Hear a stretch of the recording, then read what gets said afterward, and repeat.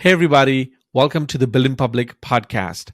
I'm your host, KP, and on this show, I interview world class entrepreneurs, ambitious startup founders, creators, and builders on the internet who are boldly building the future in public. This podcast is my excuse to take you all on a curious journey to understand, learn, and hopefully be inspired by the worldviews, insights, and stories of these fabulous people changing the world.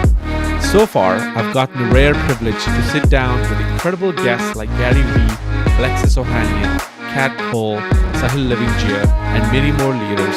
So check out the full podcast listing at buildingpublicpodcast.com. Now buckle up and get ready for our latest episode. Tyler Denk. Tyler, welcome to the show, man. Excited to have you. How are we? Thanks for having me. So I have to kick it off by tossing the question that came from Austin Rief from Morning Brew, putting audience first, right? Doing this sort of questions from building in public point of view. I just tweeted maybe 10 minutes ago before you're joining the show, and I asked the audience to chime in with questions, and he chimed in saying, Tyler, you left Morning Brew and joined Google and spent almost 10 months there. What did you learn from that experience? I thought that was a great sort of segue for us to get going. So what do you think? Yeah, way to build in public for the Build in Public podcast by asking for audience questions. But yeah, it's actually a great question, and I have, I think, a good answer to it. Austin knows me from the 22-year-old who joined Morning Brew and built the referral program, the ad platform, the CMS, and more or less like the Wild West. Like I had no process or reason for building things. Right. Austin said, our goal is to grow Morning Brew to be as large as we possibly can. And any ideas you have to help us grow, present it. And if I'm on board, let's build it. And so that led me, a perfect example was we were copy and pasting content into an HTML template. The writers were every single night and sending through MailChimp. And I saw that as a process deficiency and said, let's build a CMS where our content team and writers can build the newsletter in our own platform. There's tons of CMSs available. Me being young and naive and 22, 23 years old and a self-taught developer, I said, let me just build our own. I have no idea how long it'll take. I have no idea the requirements, what the end state is, what the user flow is, what the workflow, what the KPIs are. But I see a problem that our writers shouldn't be copying and pasting into an HTML template. So let me build something. And Austin had enough trust in me to say, okay, go ahead and build it. And so I spent about 3 months building a CMS for Morning Brew. Thankfully, it worked, and we used it for the duration of the 3.5 years that I was there. But I'd say that's actually like a perfect example of, I didn't create a document of how was I going to build it? What are the constituent parts? What does the wireframe? How does it work? And like, what are the potential roadblocks? So I'd say the 3 months I was building that, I woke up every morning with a ton of anxiety because again, this is my first job out of college and there are no rules. I don't really have a manager. I just said, I'm going to spend 3 months of time building or an undefined amount of time to build it. And I never knew it was going too well. I never knew when I was going to hit a point or a roadblock where I was like, wait, I can't do this. So like, there's a reason why people don't build their own CMS because of X. And I didn't map out what X could have been because I didn't think about it. I didn't plan. I had no idea. I just built. So that is, I think, an example of like the Wild West of me having no process and just building things because we needed to build things in a startup. Fast forward to answering Austin's question about what did I learn at Google? Yeah. Google is like the holy grail of product management in terms of process and how you're supposed to go about doing things. And so while only being there for 10 months, I learned like a product requirement document is like a piece that I was missing, which is PRD, right? Yeah, exactly. Like I learned that like day one at Google. It's like anytime you're going to build a feature or like a new system, there's like a pretty defined document and there's like different nuances to it, but more or less, what are you trying to accomplish? What are the P0 features, the P1, the P2 features? What are the wireframes? Like, how should it look? When you click on button X, what does it do? When you click on button Y, what does it do? What are the KPIs that measure success? And then like, what's a rough roadmap of how you're going to get from point A to point B? And then how are you going to launch it?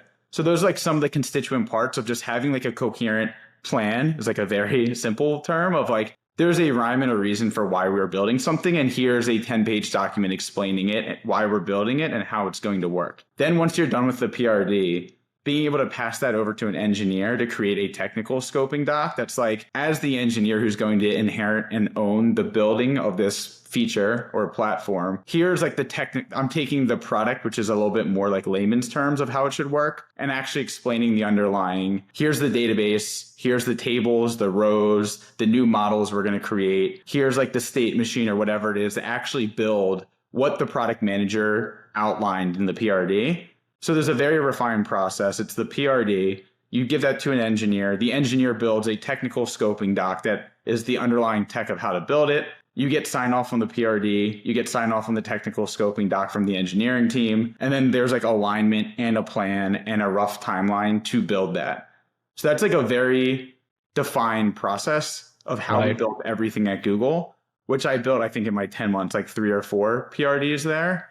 And so, you know what it reminds me though? It reminds me of like almost the scene that I got in my mind was like this sort of very defined, clear, like, automobile companies have this floor where like, there are different parts that are being assembled onto the car, the chassis, and then it moves through like a conveyor belt of sorts, right? It's very, very clear, defined. And it's like, in a way, regimented, but like for the good reasons, because systems of scale have to come in play, right? Let me ask you a fun question. Like, did you have more fun while you were at startups like Morning Brew before or at Google?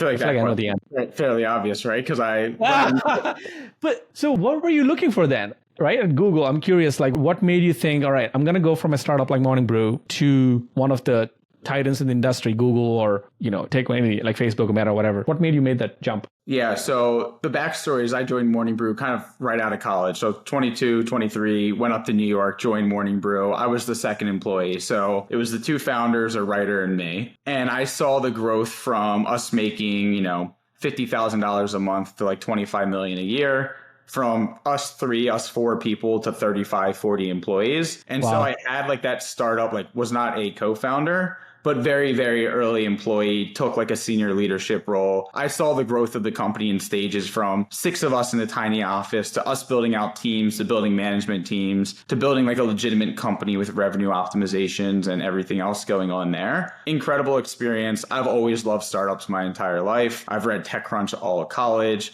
Read every book on like these like big tech companies in Silicon Valley. So like startups are my bread and butter, and like entrepreneurship is what I'm interested in. That being said, as you try to advance your career, you just need to collect different experiences and skill sets from different places. And so at 26, 27, right before Morning Brew got acquired, and I kind of knew that like my time there was coming to an end, I was like, okay, I've done the 3 to 35 employee thing. I've seen startups, but I had the realization of how we started the podcast of, I don't know what product, I didn't know what product was before joining Morning Brew. I kind of fell into it by understanding it's the grouping of marketing and engineering and growth all under one. And I was like, I kind of made that role myself and carved it out in Morning Brew, but I don't actually know what product is. Right. And I was always intrigued by like the big tech companies. I wanted to learn what product management was at scale. And so what better place to do it than a place like Google that has very defined scale and processes around product management.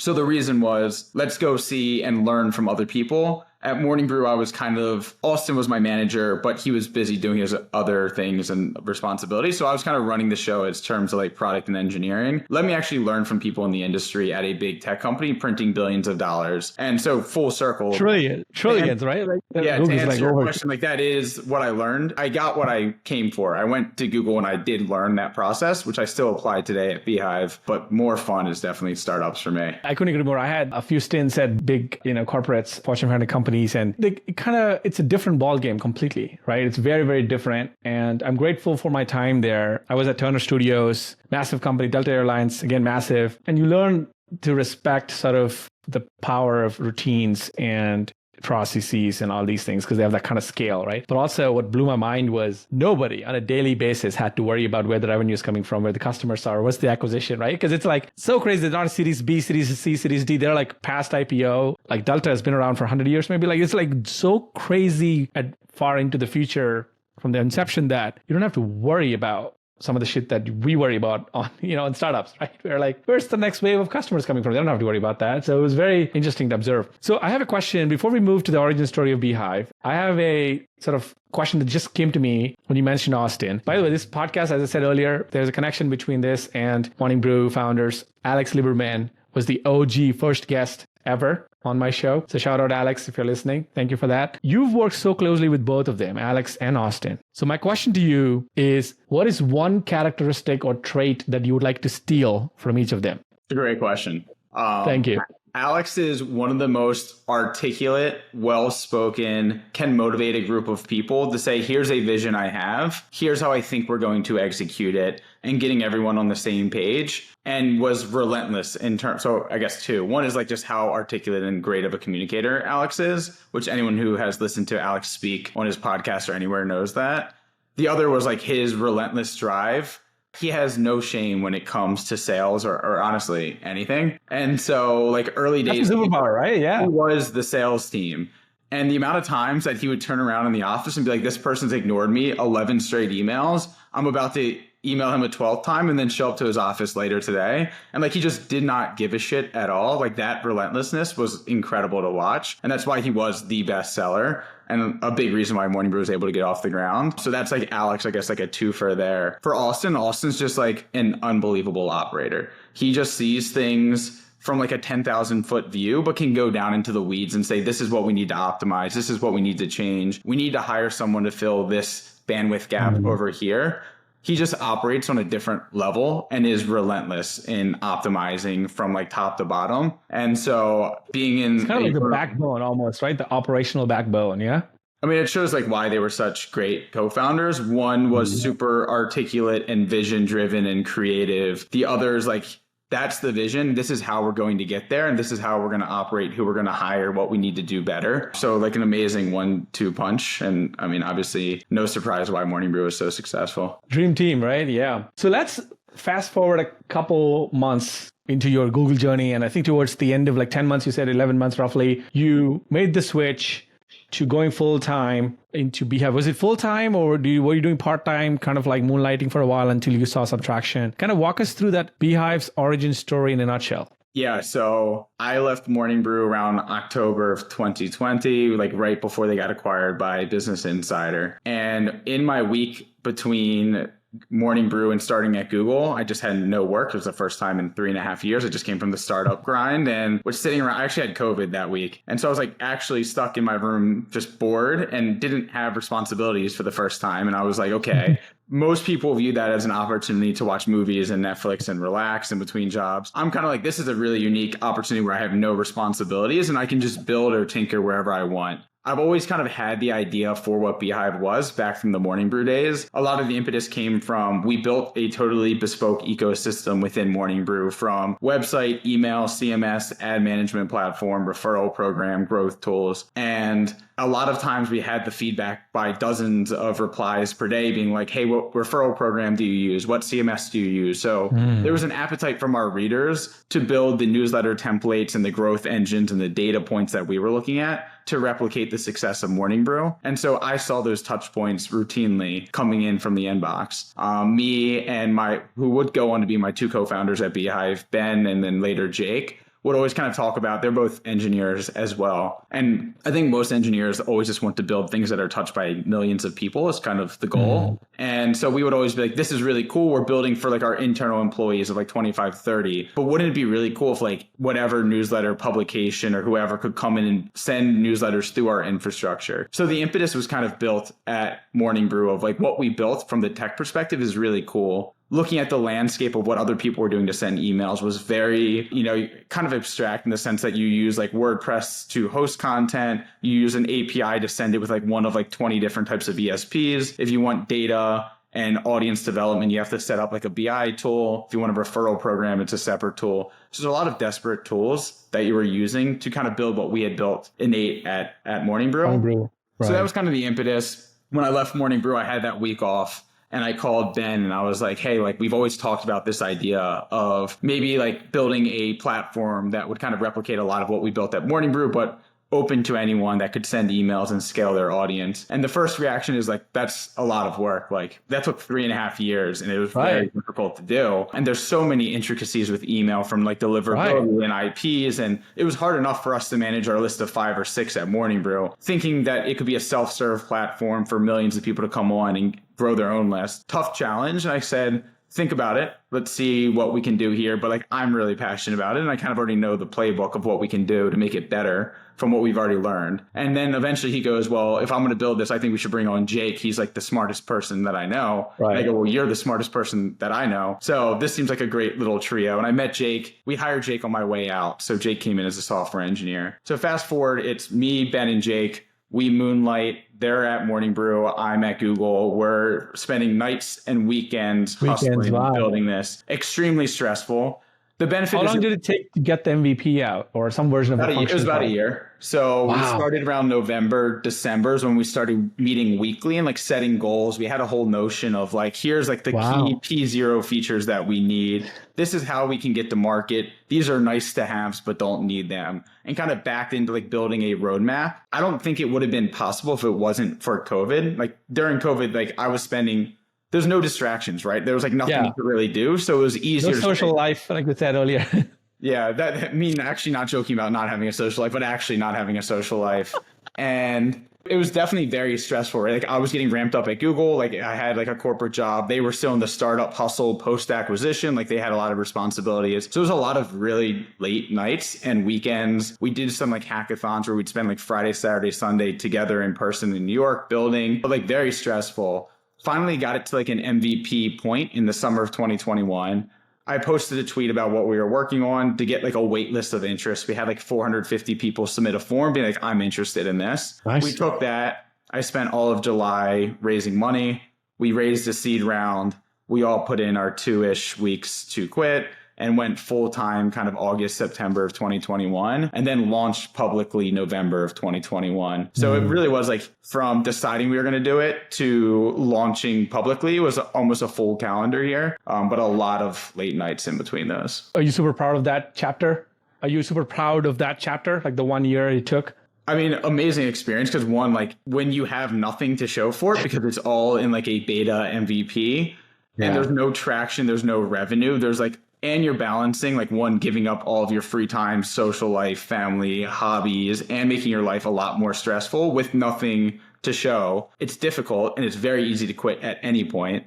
Yeah. I had to do my best like sales job of like convincing even Ben and Jake, like, hey, I think there's like a real opportunity here. Cause I mean, they're burnt out beyond belief as we all were. So one, like very proud, but I also think it's a great case study of a lot of people glorify like the entrepreneurial journey of like ramen diet, no money, not paying yourself for months until you get your first few customers. We actually de-risked the process as much as possible. We didn't quit our jobs until we had like funding basically secured in the bank. We had a salary to go to. We had a huge proof of concept. We had early interest from a wait list. So like we went into it, granted a very competitive space, but we knew that we had a foundational product that worked. We had an MVP, we had interest from users, and we had investment money and a salary to pay ourselves. So it was the opposite of what a lot of times is portrayed as like the true. I was going to say that, right? Because you could have, all three of you could have just simply on a whim quit whatever you were doing and then just kind of went all in. Because we typically, that's the story we hear about, right? Oh, I had this insight that week you talked about, the COVID week that, you know, and you're like, oh, I had this insight, the three of us met.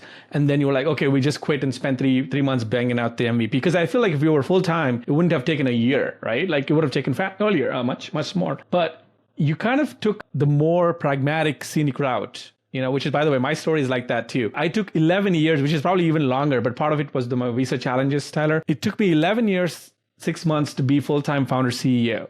But I knew when I came to America on the first day that I was going to be a founder CEO. But it took me a wrong ass time. But I had to de-risk at every stage, something or the other. There was one visa risk, then there was the can I afford to pay myself risk, then I have a family risk. So I had to de-risk and de-risk and de-risk. The weird thing though is I wonder how you felt. I feel like the flame hasn't like died, from the day I had the idea to the day it happened. Like it's the same thing. In fact, if anything, I was even more appreciative of the opportunity now, right? Did you feel that when you were finally like full-time in your own startup, paycheck, in your own company? Did you feel like a sense of like, all right, now let's amp it up a little bit more. Yeah, and almost in a sense of not that it's become easier because we work a shit ton, but we were, prior to going all in, basically had 2 full-time jobs of complete content switching, right? So it actually, even though we were working 60, 70, 80-hour weeks when we went full-time on it and still do to this day, it was at least I'm not sitting at my day job thinking about what I want to build later.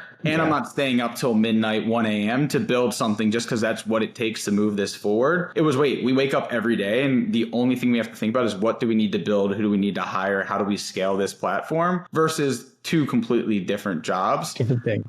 So extremely stressful period. And even at the end, before we did go all in on it, there was still like the jumping off point of, should we still do this for another 2 to 3 months to de-risk it, see if we have any more traction? But it kind of got to the point of like, I see the opportunity in the market. It's a very competitive space. We've kind of showed our hand a bit of what we're building, and other competitors are going to pick up and start launching things quicker, which they did. We can't afford to be doing this 20 hours a week part-time if we actually want this to succeed. So it's kind of a now or never type thing. And obviously we made the leap. Nice. So tell me about this one. I believe every MVP has one killer feature that kind of, steals the show, and there's everything else kind of addressing. What was that for you if you reflect on it? Like, I'm sure there was 4 or 5 features when you launched that were like promising, but like there had to have been a killer feature that people loved. What was that for you? I think there were maybe 2 that we kind of went to market with. One was, I think the easy comparison for us when we launched was Substack, in the sense of like an all-in-one can send to both blog and email. And Substack historically had been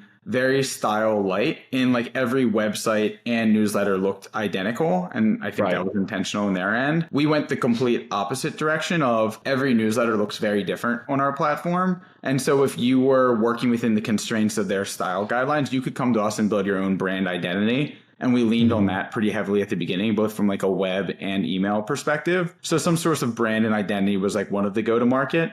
And then the other, which was just the referral program, which is kind of like what Morning Brew became known for in terms of like the growth world of how we scaled our audience from 50K to 3.5 million, was this referral program that drove millions of subscribers to Morning Brew. And being able to go to market with saying, you don't need to use an API, you don't need to sync up 4 different tools, you don't need to build it yourself. That comes with the product, was a very compelling value proposition of, hey, I was using MailChimp to send my email, but if I use Beehiiv, I get a newsletter referral program built in. Those 2 were kind of like our go-to-market strategy. One of them being flashy enough to attract people to move over. Right. I feel like as I recall back in the day, there was another referral tool, which I don't know if they're still around, but there were, this is a while ago that I ever used any of these tools, but like, I forgot the name. There was another independent referral tool. Yeah, there's like 3 or 4.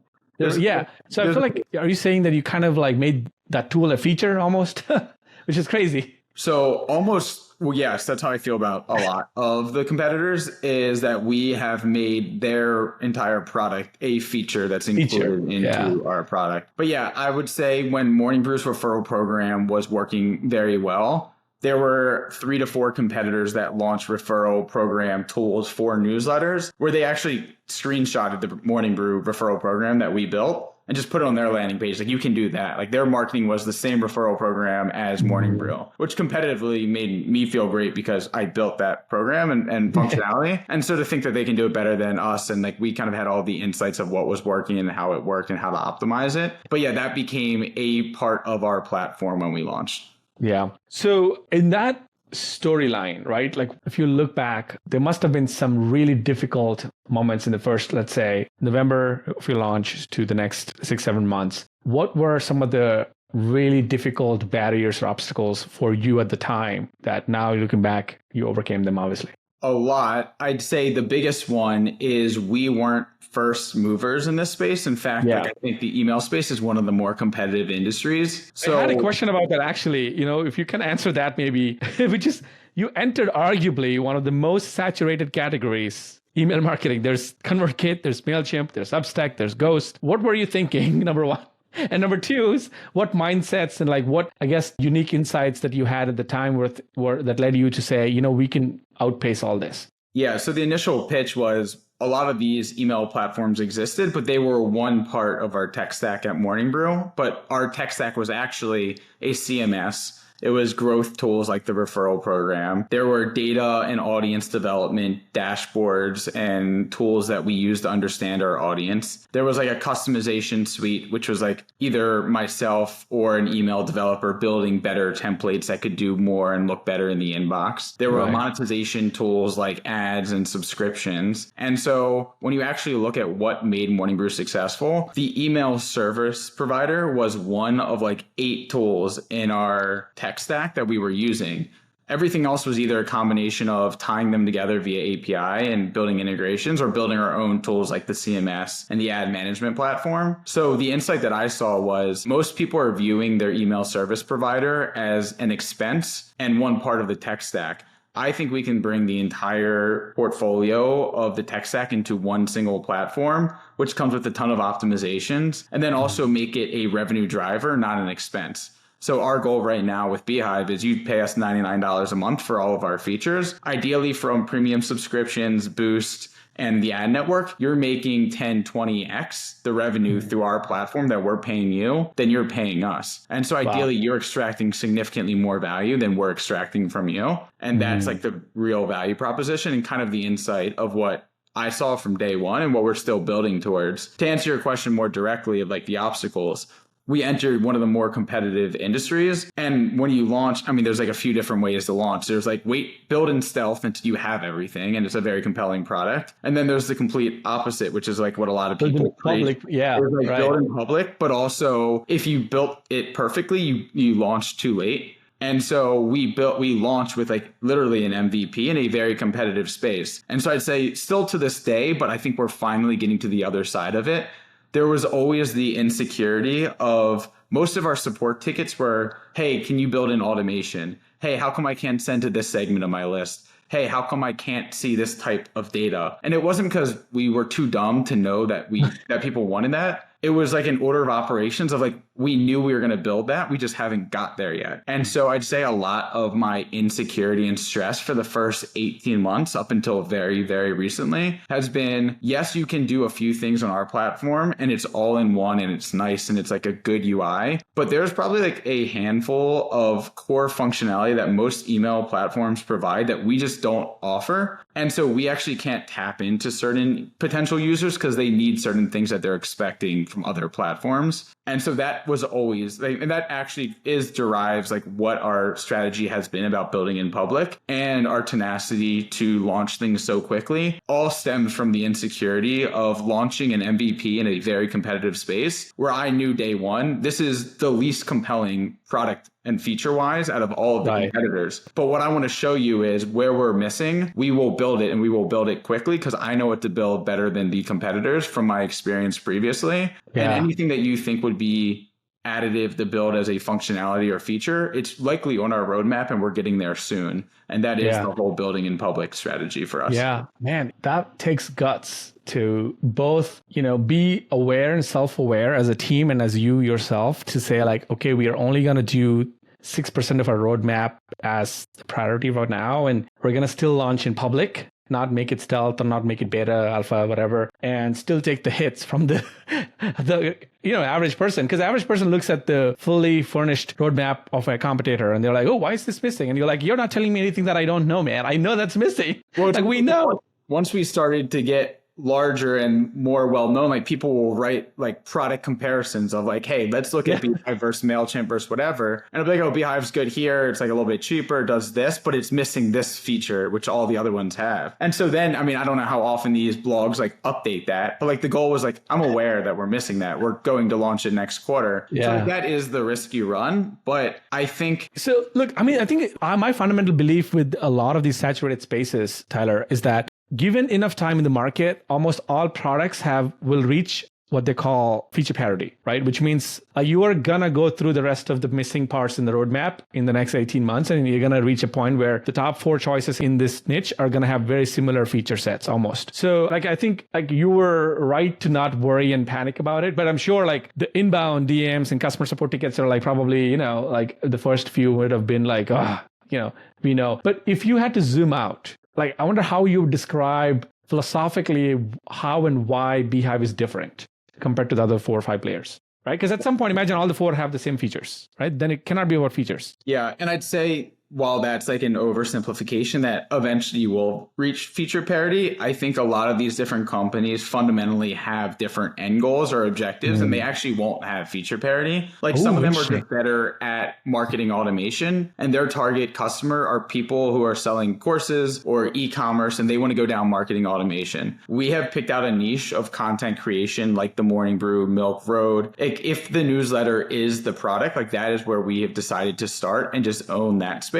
And so I think the tools that we're building, the insights, the dashboards are all very heavily focused towards that, which is different than almost every other competitor. I would say while email is a competitive space, it's because email marketing is a competitive space because every single company from the coffee shop down the street to clothing brands to shoe brands send emails with the goal of promoting sales and products and pushing volume. And so in transparency, we are going after the smaller side of the market. Like we aren't going after e-commerce yet, but that is why email is so competitive. And so when we were using Campaign Monitor and Sale Through at Morning Brew, those are tools fundamentally built for e-commerce primarily, but we were trying to use them differently and extract data, which required us to pull data into Looker and into Snowflake to be able to build dashboards that do audience development type work because their platform was built for sales and volume and tracking pixels and everything else, not content.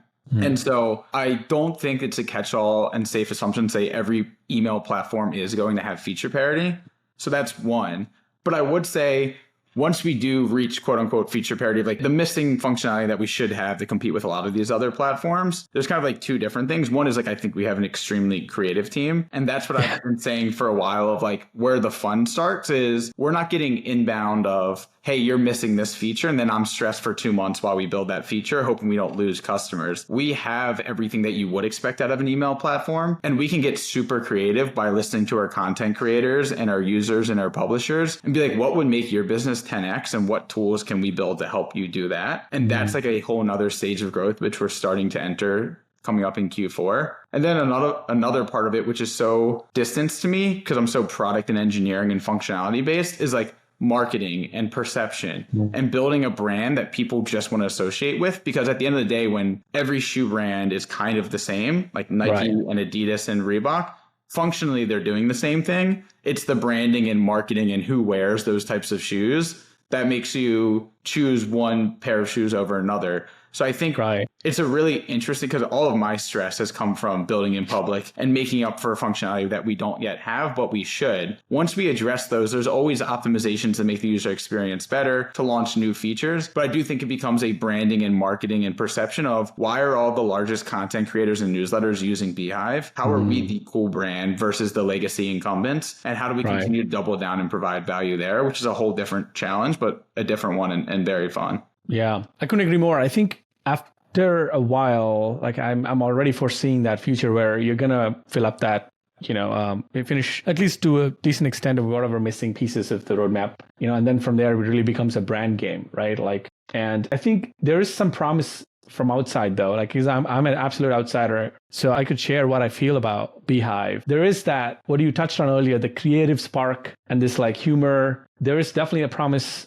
a resonance that I feel about you guys that I don't think I have that kind of affiliation or sense of connection to other players in the game. They're more, to me, tools and they just get the job done. They're more like back office, that I don't think about them. But like, I think ever since Milk Road and you wrote like a long ass post about, here's the Milk Road story. And I read that whole thing and it was really fun. And there was a lightheartedness to that whole thing. And even though it was a case study, it didn't feel like you were selling hard or pushing hard or anything. And I think there's a lot of promise, I feel like, fertile land for you to explore in terms of how do we keep this fun, lightweight. I feel like if I have to think of one or two other brands, Product Hunt does a great job of this, right? They're such a lighthearted, the kitty, and they're like, even though there's other discovery platforms you can find the next big thing, but Product Hunt remained sort of curious and fun for like the last 10 years. So definitely double down on that, and it'll be fun. So switching back to, this is actually a really fun sort of off tangent, but relevant question. If you were not CEO of Beehiiv, part 2,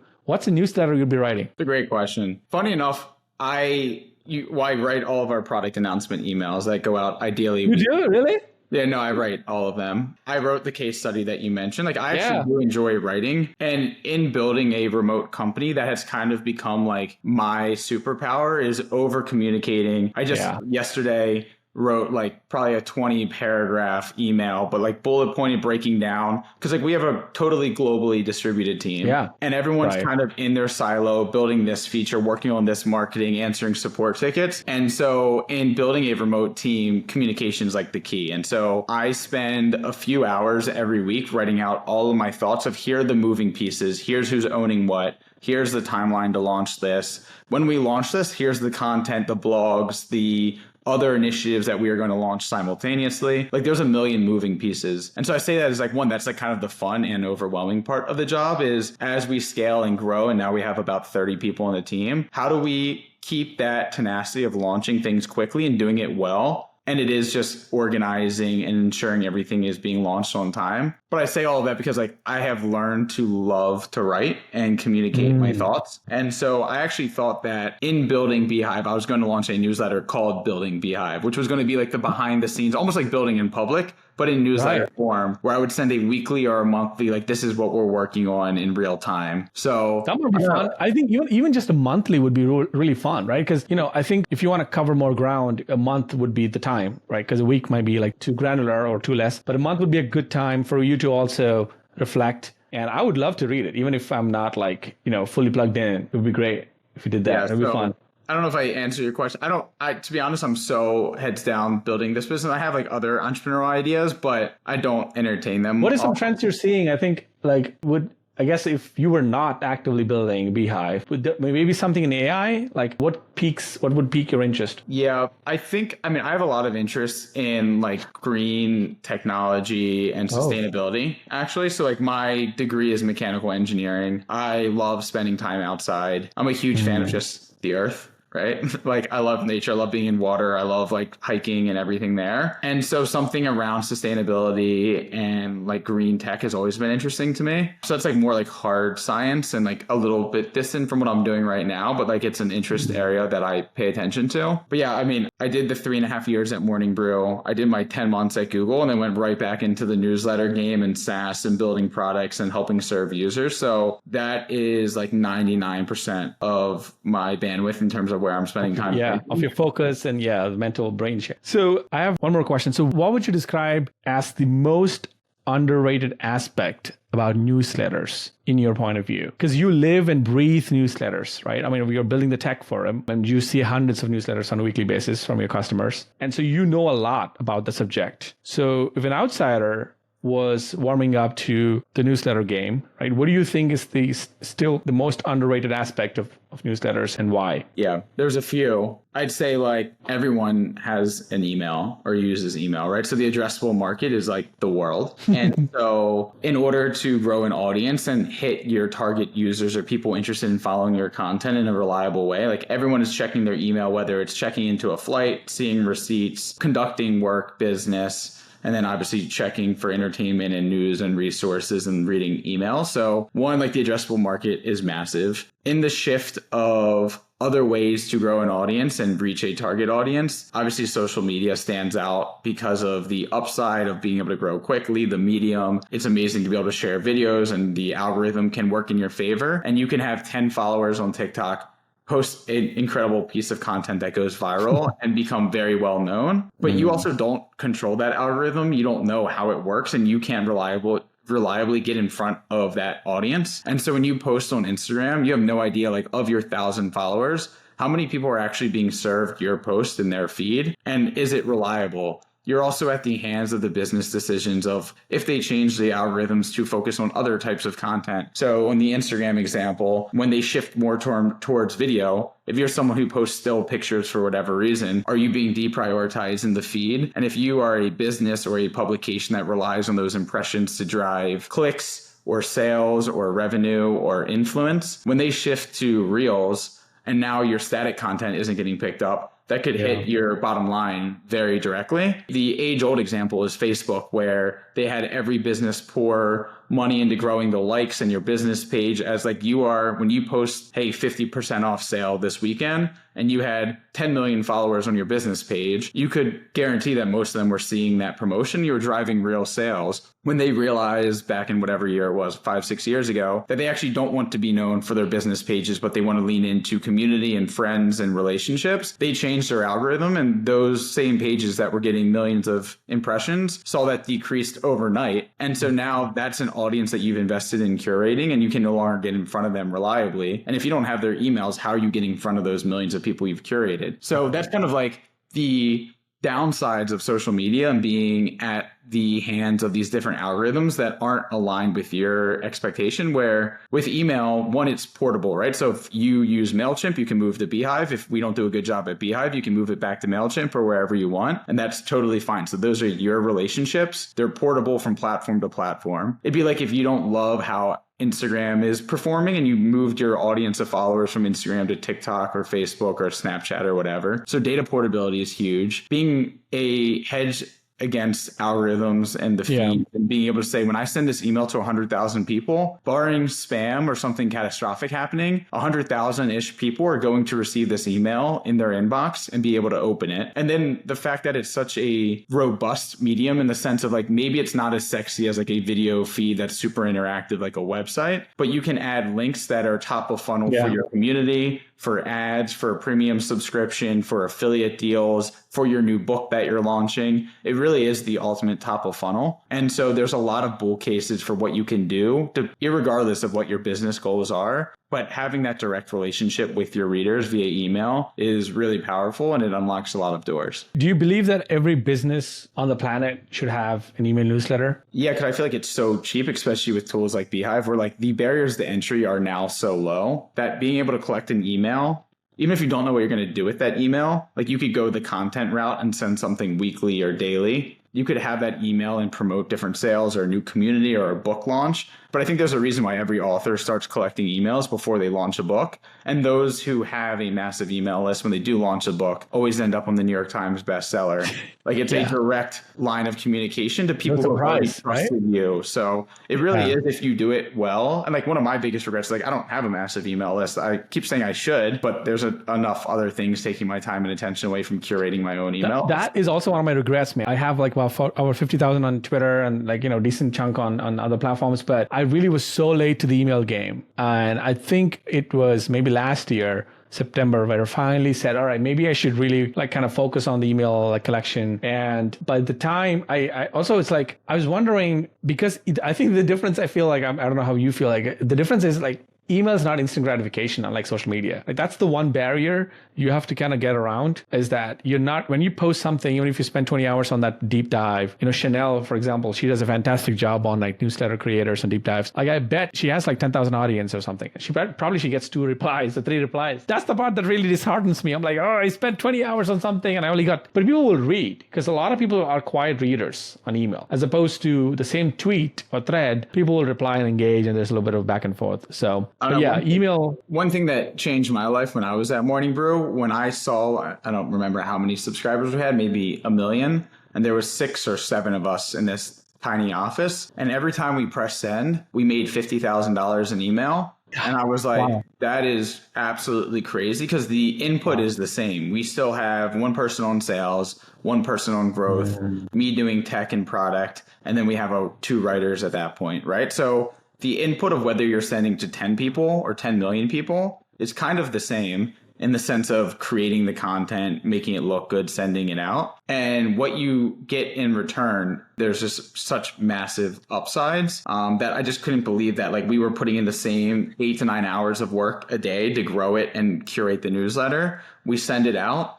And then we would invoice our advertisers like $50K for each send. And it was at that moment where I was like, that newsletters as a business is an incredibly profit and margin rich business to go into. Yeah, especially margin, right? Like the margins are crazy. Like SaaS businesses, right? They're like, so I feel like a lot of people still haven't warmed up to the power of like something like the Milk Road story, right? Because like an average person in America, doesn't really understand, because small business owners, I think retail gets it, right? Retail, if I'm running a Gap Inc. store in Atlanta, where I'm right now, I think retail people get it. They're like, oh yeah, give me your email address or your phone number. We'll send you a 25% coupon. From there, they'll send you a campaign of 9, 10, 20, sales coupons or whatever. But like for example, the heating and air people, who came and visited a while ago in our house, they didn't ask my email. They never emailed me, right? But like to your point, like they could. Most people I don't think about email that way, except retail. So, okay. So last sort of segment I have for you is a rapid fire segment. All right. You ready for this? I know I didn't prepare you for this at the start of it, but I know you'll answer your question. No, I'm not ready. So let's do it. Yeah, you're not ready. Okay, good. That's exactly how I want it. Just kidding. Okay. Rapid fire. I got 4 questions and each of them is, I want 1-line message for each of them. Ready? First one, your 1-line message for Beehiiv customers. Whatever you want to say. We help you grow and monetize better than any other platform that exists. Your 1-line message for Beehiiv employees. We are some of the most talented people in the world building really cool solutions to interesting problems. And come join us. I was just kidding. Your 1-line message for Beehiiv competitors. It's a good one. Good luck. Good luck.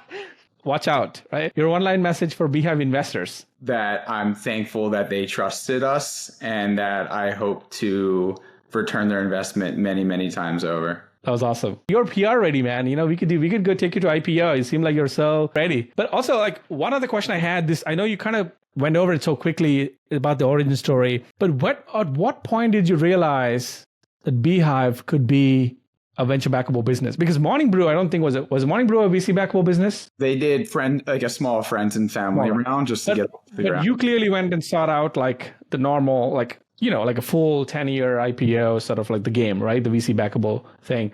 At what point did you realize that this could be something like that? So where we're heading and like my 5-10 year vision for the business has always been kind of like pretty clear. And it's cool that we're a year and a half in and it's crystallizing to what I thought it could be. I've like pretty outspokenly been like, I don't love the VC game and the hamster wheel of hit certain metrics, go to an A, hit certain metrics, go to Series B. I think it's so much more admirable when you can bootstrap a business and prioritize profitability, building like a strong, sustainable business. And so that was always my goal. The running joke is whenever we raise a round, I'm like, that's the last round we're ever raising because I don't want to raise more. I think that even though that sounds good, there are a lot of people that view that differently where they actually are looking. They're like, this will get us the next 18 months. We'll hit these milestones and then we'll raise at a higher valuation. And that's like not the game we're playing. We hit profitability for a month back in April and May. Since raising more money, we've like shifted towards like hiring a bit more aggressively and focusing on growing a bit more. So we're a little bit under profitability right now, but should return Q1 of next year.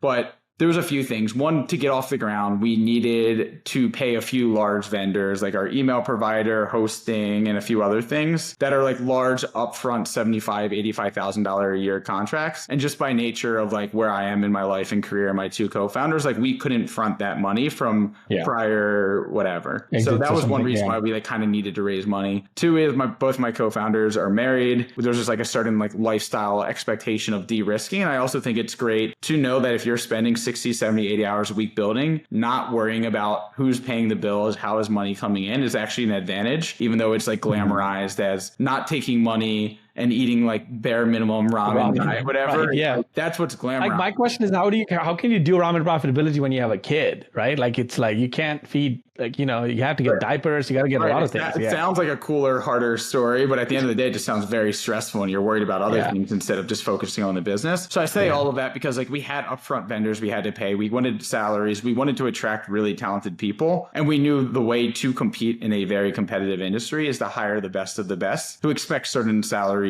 and benefits. So we kind of needed some capital to get off the ground. And then that was like our early, not MVP stage, but like, let's get the product market fit.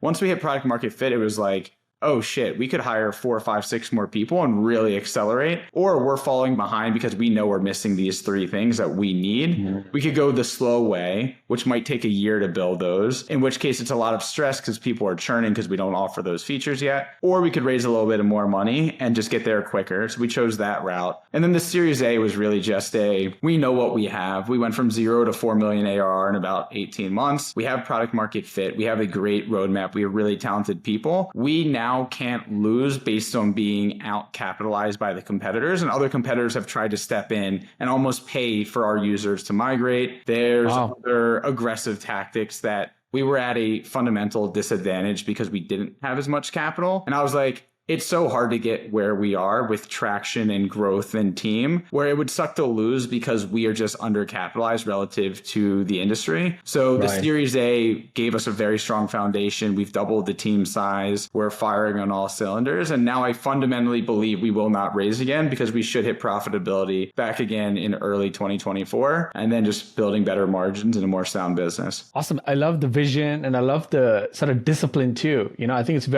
very refreshing to see someone who's so disciplined to keep that profitability top of mind. I mean, right now the market outside is like that. I get it. But like even like 4, 5, 6 years down the line, like to kind of think about that and be like, all right, we gotta keep this lean is very important, so awesome, great work and excited for, following along and sort of tracing your journey, man, congrats on the success so far. 4 million, no, not a joke, 4 million ARR, great work. Like I said at the beginning, before we started this, I'm still in awe of your shipping velocity, the team and you. So as long as you keep that on and as long as you're like approachable and building in public, like you said, it's just such a, it's going to be a winning game. So I think that's what before we started recording too, is like, it's fun to follow the journey. And I think there's a difference between building in public because it's okay to say what you're working on and maybe inspires other people. My goal on top of that, and like hopefully educating and inspiring other people to build things, is to make it fun. It's a source of entertainment. We hit these milestones. This is what we're launching. Here's an area we're struggling. Here are some people we hired. So I think what you said is like why building in public can be so fun. It really is to make it